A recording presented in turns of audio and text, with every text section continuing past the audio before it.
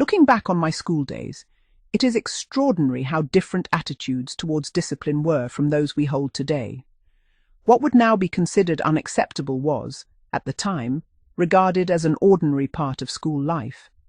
Parents expected schools to maintain order, and few questioned the methods that were used to do so. One thing I remember particularly well was the school slipper.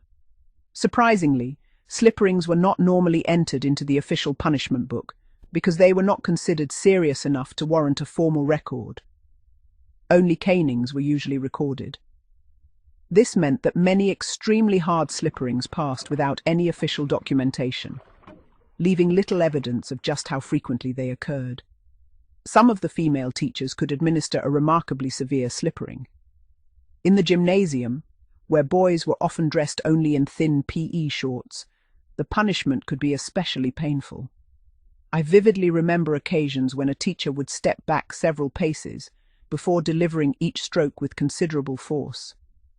Although 6 strokes was often quoted as the standard punishment, it was by no means unusual for more to be given if the teacher felt the offence deserved it.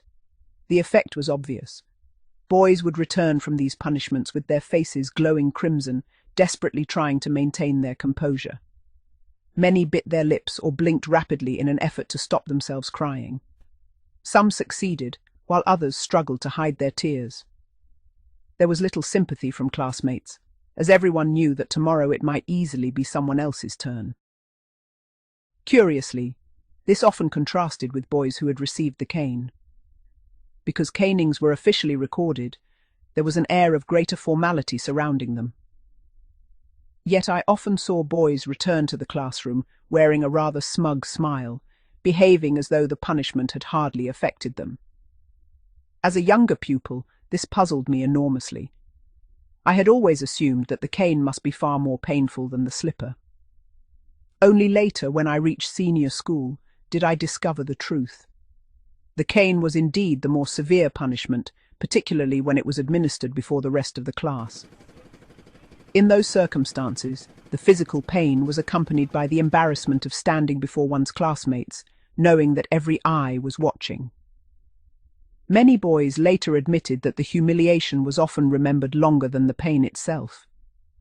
This led me to believe that public punishments were generally more effective than private ones. The presence of even a small audience seemed to have a powerful influence on behavior. A punishment witnessed by classmates carried with it an element of shame that often ensured the offence was never repeated. Indeed, it seemed possible that fewer strokes were needed when the punishment was administered publicly, because the lesson extended beyond the individual to everyone who observed it. One friend told me that the most humiliating experience of his school years occurred when the headmistress punished him while his mother was present. Although she said very little, simply standing nearby throughout the punishment made the experience unforgettable.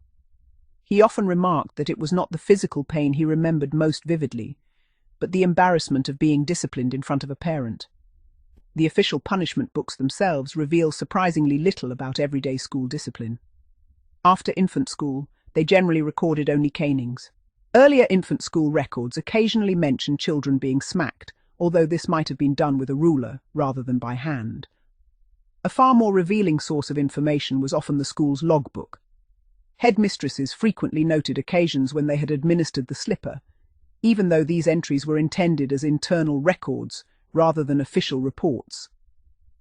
Unlike the punishment book, which had to be inspected and signed by the education authority, the logbook remained largely for the school's own use. Many female teachers also kept personal records. In one PE department that I knew well, every boy had an individual record card. Each entry carefully listed the date of the punishment, the teacher who had administered it, the reason for the offence, the number of strokes given, and even what the boy had been wearing at the time. Looking back, it was a remarkably detailed system of record-keeping for punishments that officially scarcely existed. Over the years, I have collected many memories of slipperings and of boys who later received the cane in the headmistress's office. There are enough stories to fill several volumes, although I would not wish to monopolize the subject. One particular incident, however, has always remained in my mind. Around 1955, a local woman came to the school to complain that two 11-year-old boys had been throwing mud at her washing. She knew their names, and in those days schools commonly dealt with children's behaviour, even when it occurred outside school hours. The two boys were sent for and freely admitted what they had done.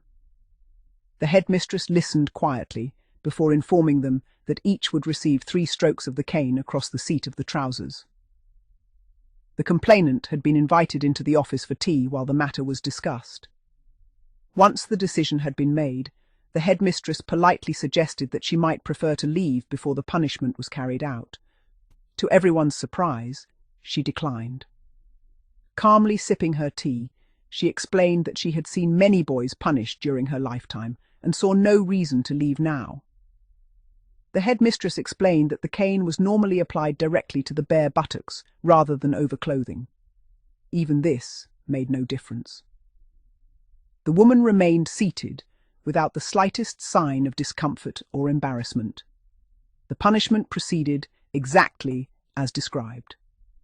Each boy was required to receive the prescribed strokes, while the woman watched in complete silence.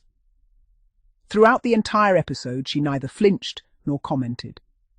Once the punishment had finished, she simply thanked the headmistress, stood up, and quietly left the office. Years later, during the 1960s, another mother found herself in a similar situation, but reacted very differently. She made it clear that she did not wish to witness the punishment and left before it began.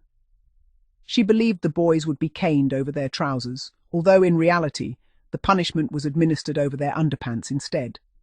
These recollections belong to a very different age. Whether one agrees with such methods or not, corporal punishment formed an accepted part of school discipline for generations. It reflected the attitudes of its time, when firmness, obedience and respect for authority were considered essential qualities in a child's upbringing. Today, those practices have disappeared, leaving behind only the memories of those who experienced them.